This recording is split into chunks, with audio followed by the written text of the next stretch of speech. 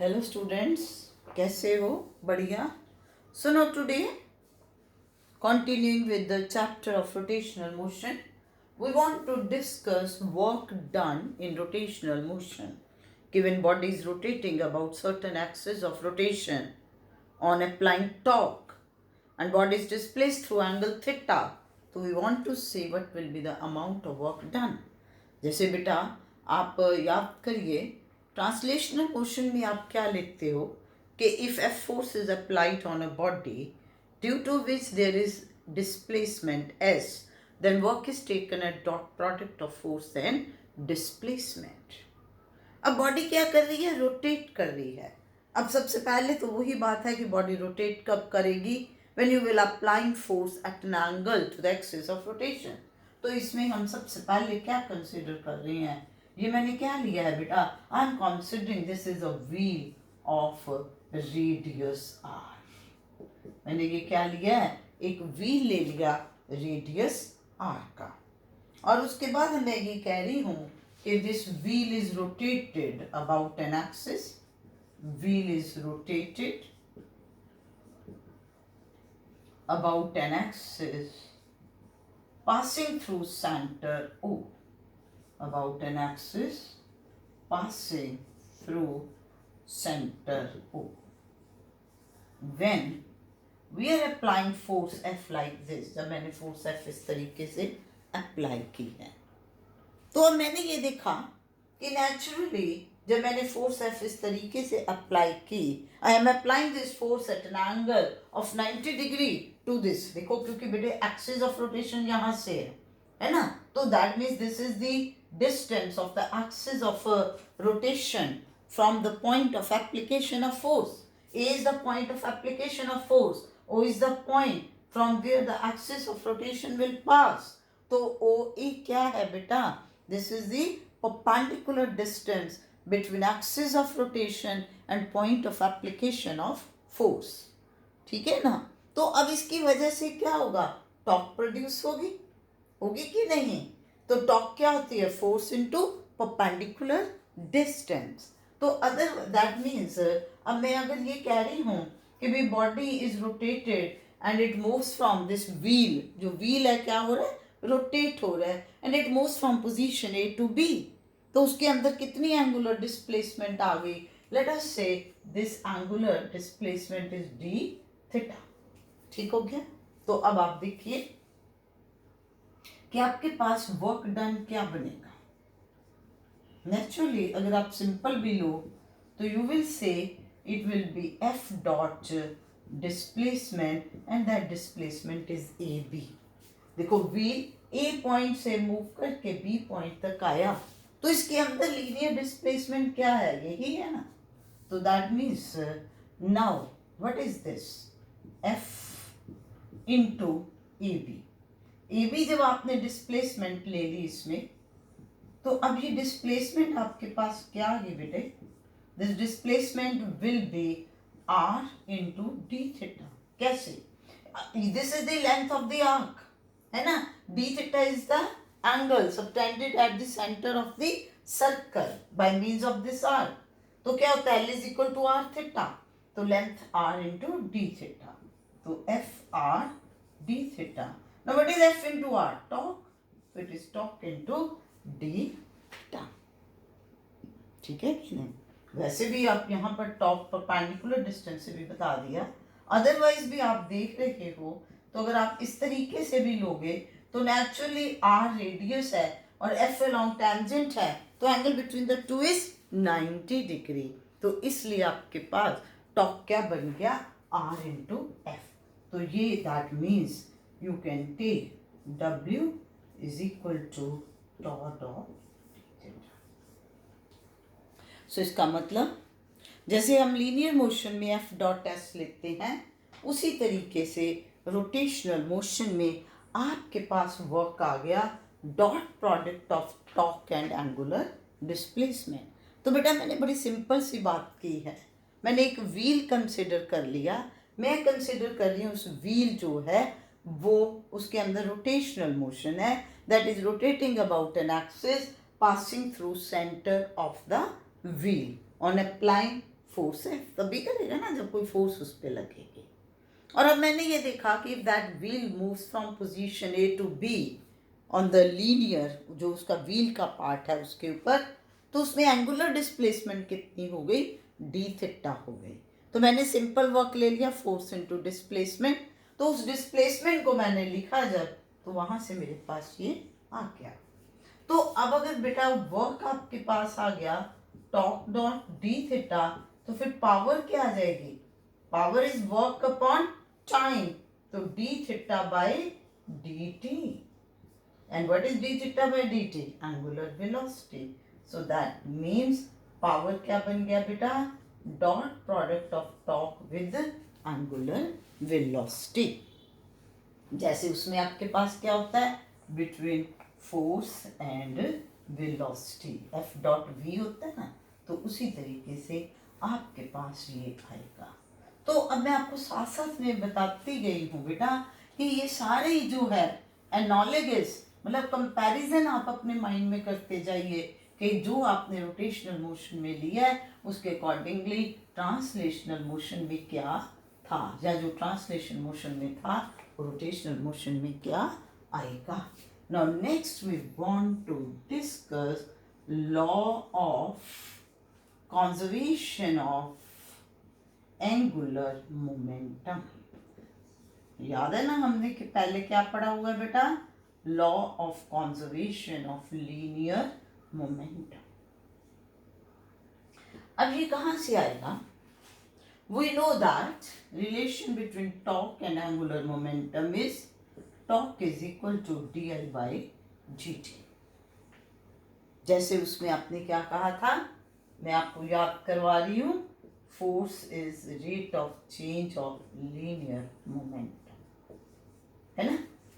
और फिर आपने उसमें लिया था कि for an isolated system, for an isolated system means when you are considering no external forces acting on this system, तो फिर dp by dt क्या गया, zero. That means algebraic vector sum of linear momenta of all bodies become constant, है ना।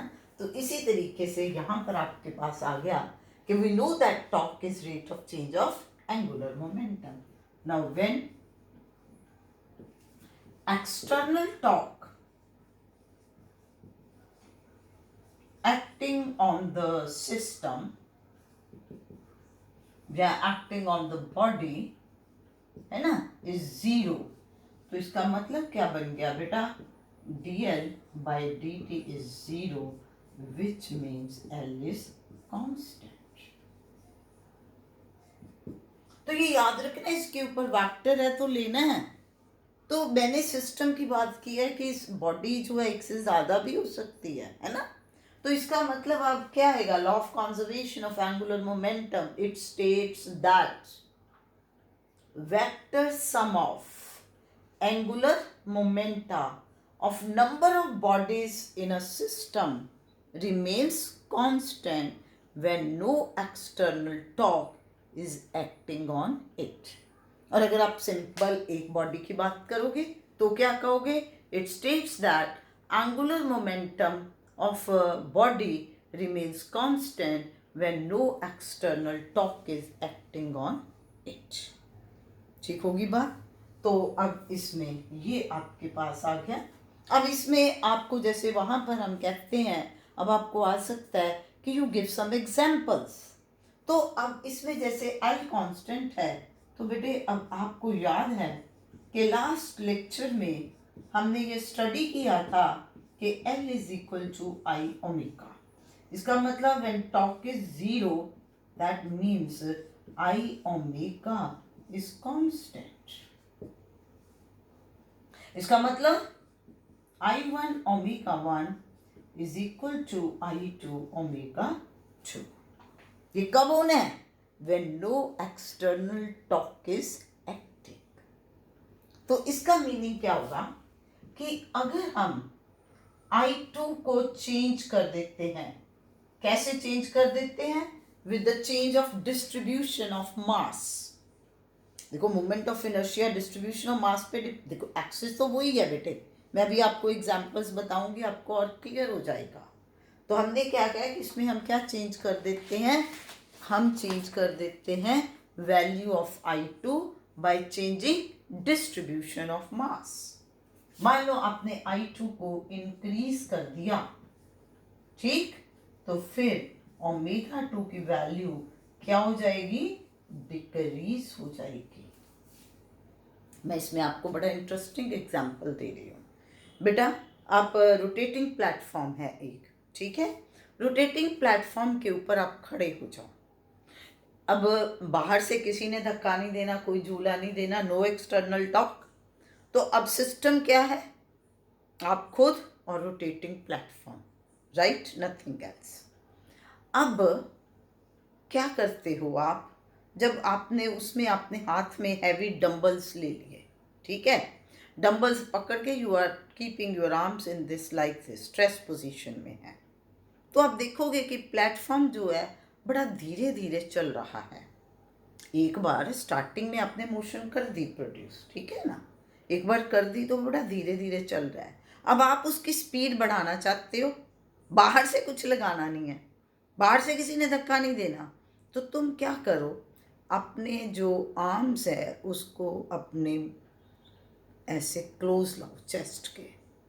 तो आप देखोगे कि जैसे जैसे आपकी arms with heavy dumbbells close आ रहे हैं, तो क्या होगा, क्या होगा, स्पीड जो है उस प्लेटफॉर्म की इंक्रीज हो जाएगी।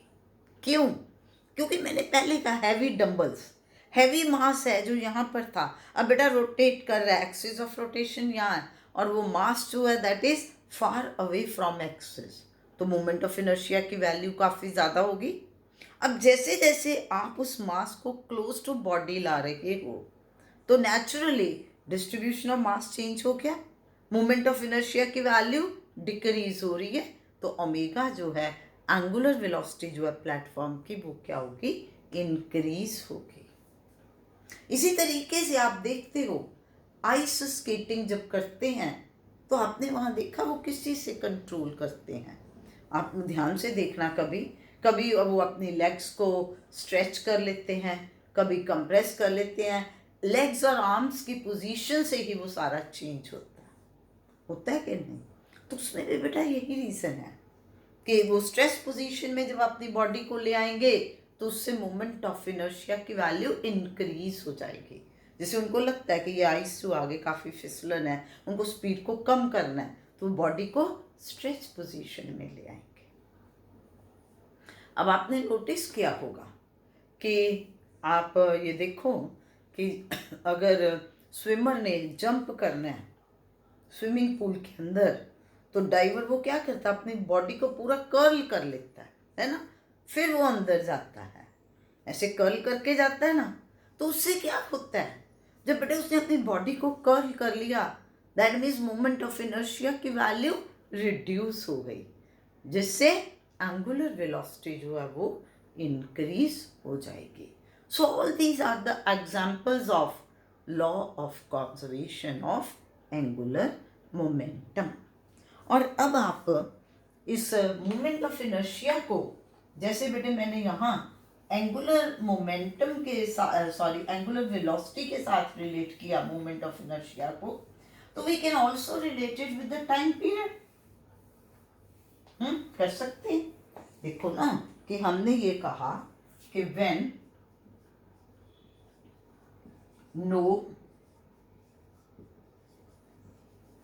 external torque is acting on the body, then L is constant, which means I omega is constant. That means I1 omega 1 is I2 omega 2. जिसके अकॉर्डिंगली अगर आप ध्यान से देखो तो you can say I1 by I2 is equal to omega 2 by omega 1, कोई problem नहीं। Now you know that omega angular velocity is how related to time period. So I1 omega 1 will be 2 pi by T1, omega 2 will be 2 pi by T2. जब बेटा body rotate कर रही है it will take some time to complete one rotation about its axis, and that is known as its time period. तो यहाँ से आपके पास क्या आ गया, I1 by T1 is equal to I2 by T2. That means you can say I1 by I2 is equal to T1 by T2. So this is the relation. अब आप कहोगे कि क्यों मुझे बताया? बेटा ये मैंने बताया आपको MCQ के लिए। अब पहले कॉन्सेप्ट को क्लियर कर लो। कॉन्सेप्ट क्लियर हो गया तो फिर मैंने आपको बताया था ना कि तुम्हारे पास सुपर शॉर्ट नोट्स चाहिए। उन सुपर शॉर्ट नोट्स में आप ये फॉर्मूला अपने हाथ से लिखोगे, आप अंडरस्टैंड कर चुके हो, तो आप देखना कि कितने इजीली मल्टीपल चॉइस क्वेश्चंस जो हैं वो निकलेंगे। मैं अभी आपको एक न्यूमेरिकल प्रॉब्लम करवा रही हूँ, तो पहले हम पूरा लंबा चौड़ा करेंगे, फिर मैं बताऊंगी कि देखो इस मेथड से सीधा फटाफट इसने कैसे हो जाना था। सो चीज़ों को, कॉन्सेप्ट्स को बेटा अच्छी तरीके से अंडरस्टैंड करो और किसी चीज़ की ज़रूरत नहीं है। अब इसमें क्या है प्रॉब्लम? प्रॉब्लम ये है, if earth suddenly, if earth were to suddenly contract, if earth were to suddenly contract to half of its present radius,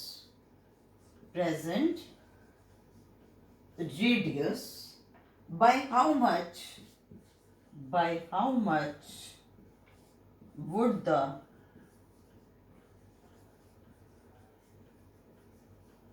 length of day be changed?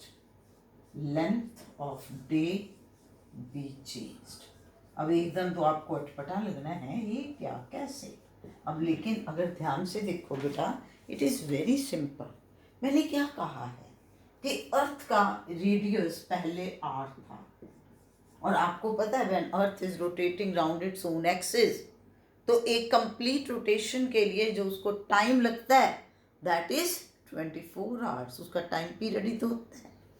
अब R1 R है, M आपने मास ले लिया अर्थ का, ठीक है, M क्या है, मास ऑफ अर्थ है, तो बेटा moment of inertia of earth क्या आएगी, I, moment of inertia of earth.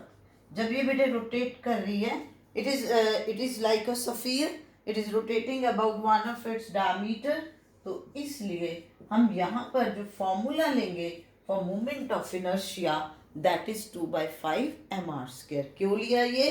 क्योंकि मैं ये कंसिडर कर रही हूँ कि earth is a sphere which is rotating about one of its diameter. अब R2 क्या रह गया,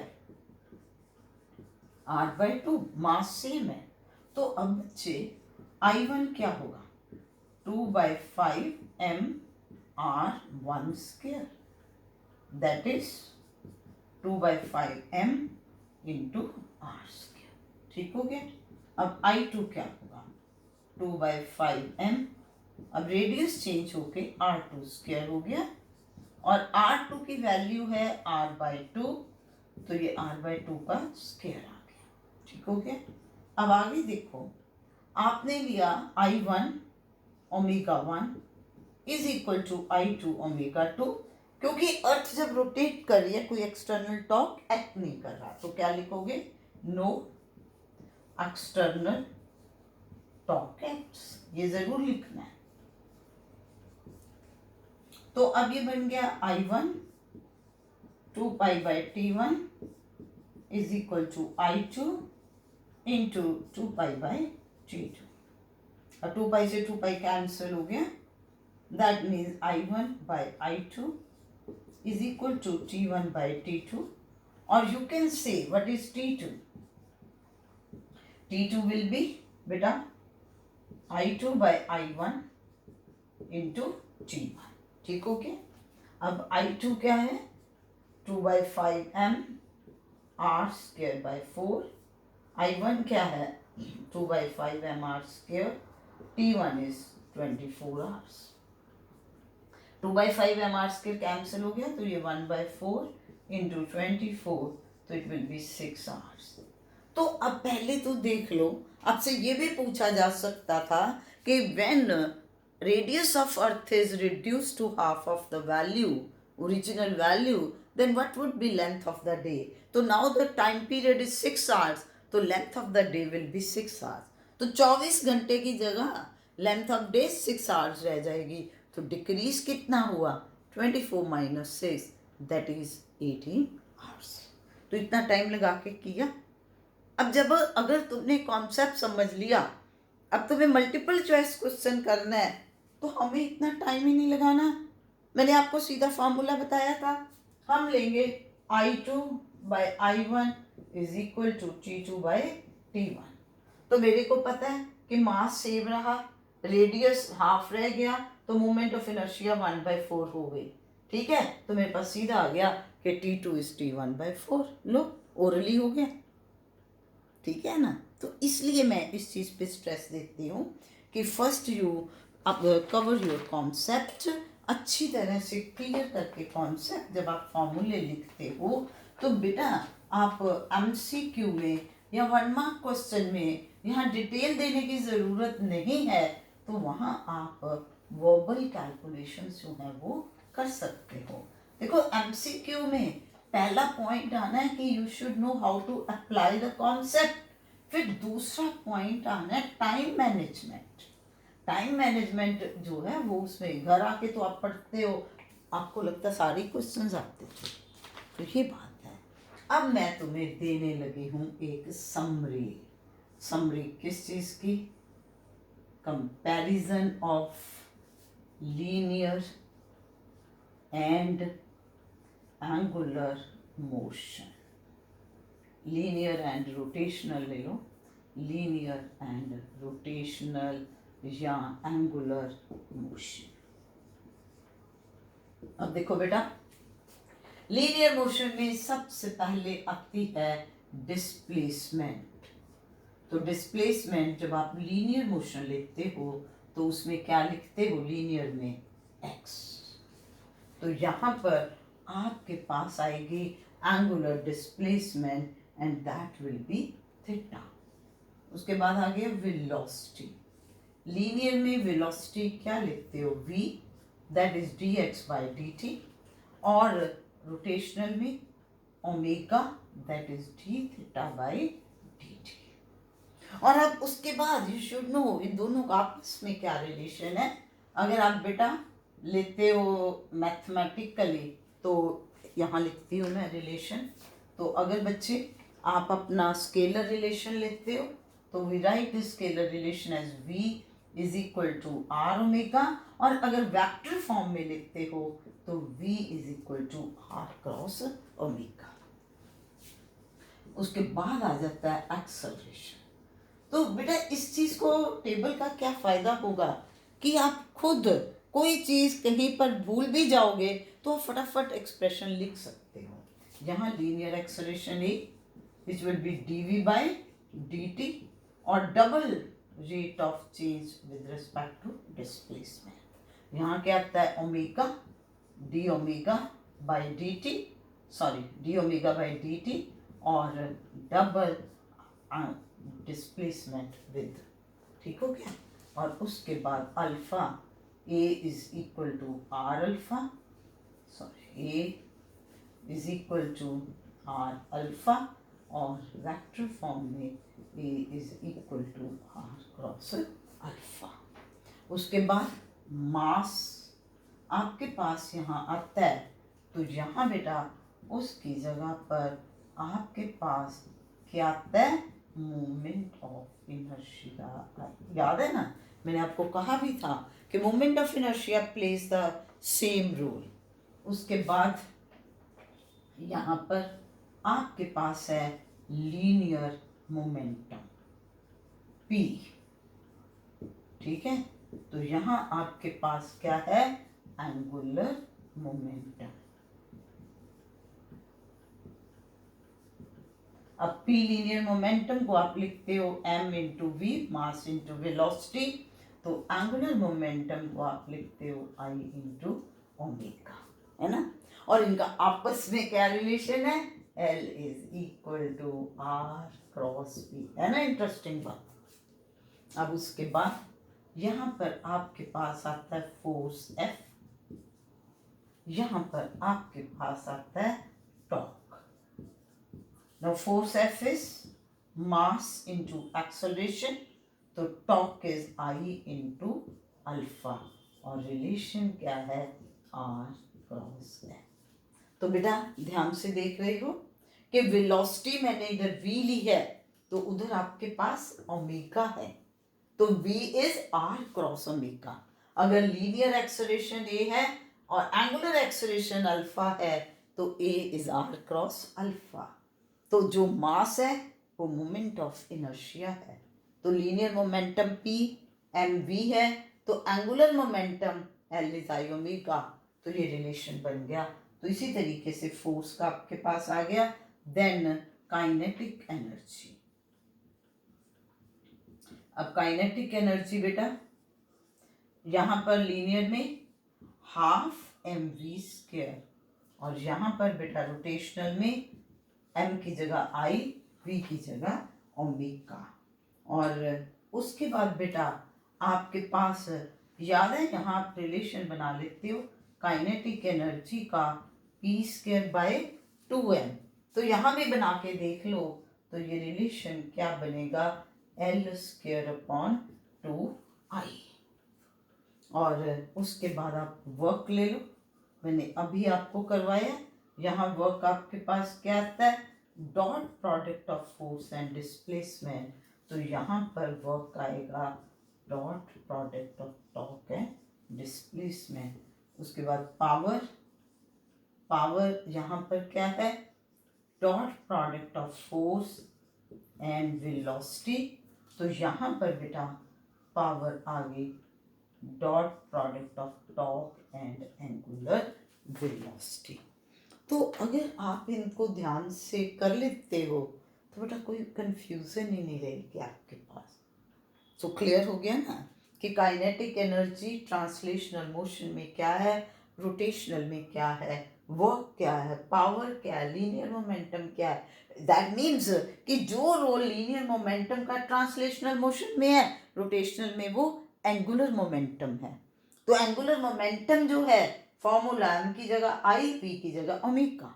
लेकिन उसके बाद आपस में एल और पी का क्या रिलेशन है, angular momentum is movement of linear momentum, इसलिए आर क्रॉस पी आ गया।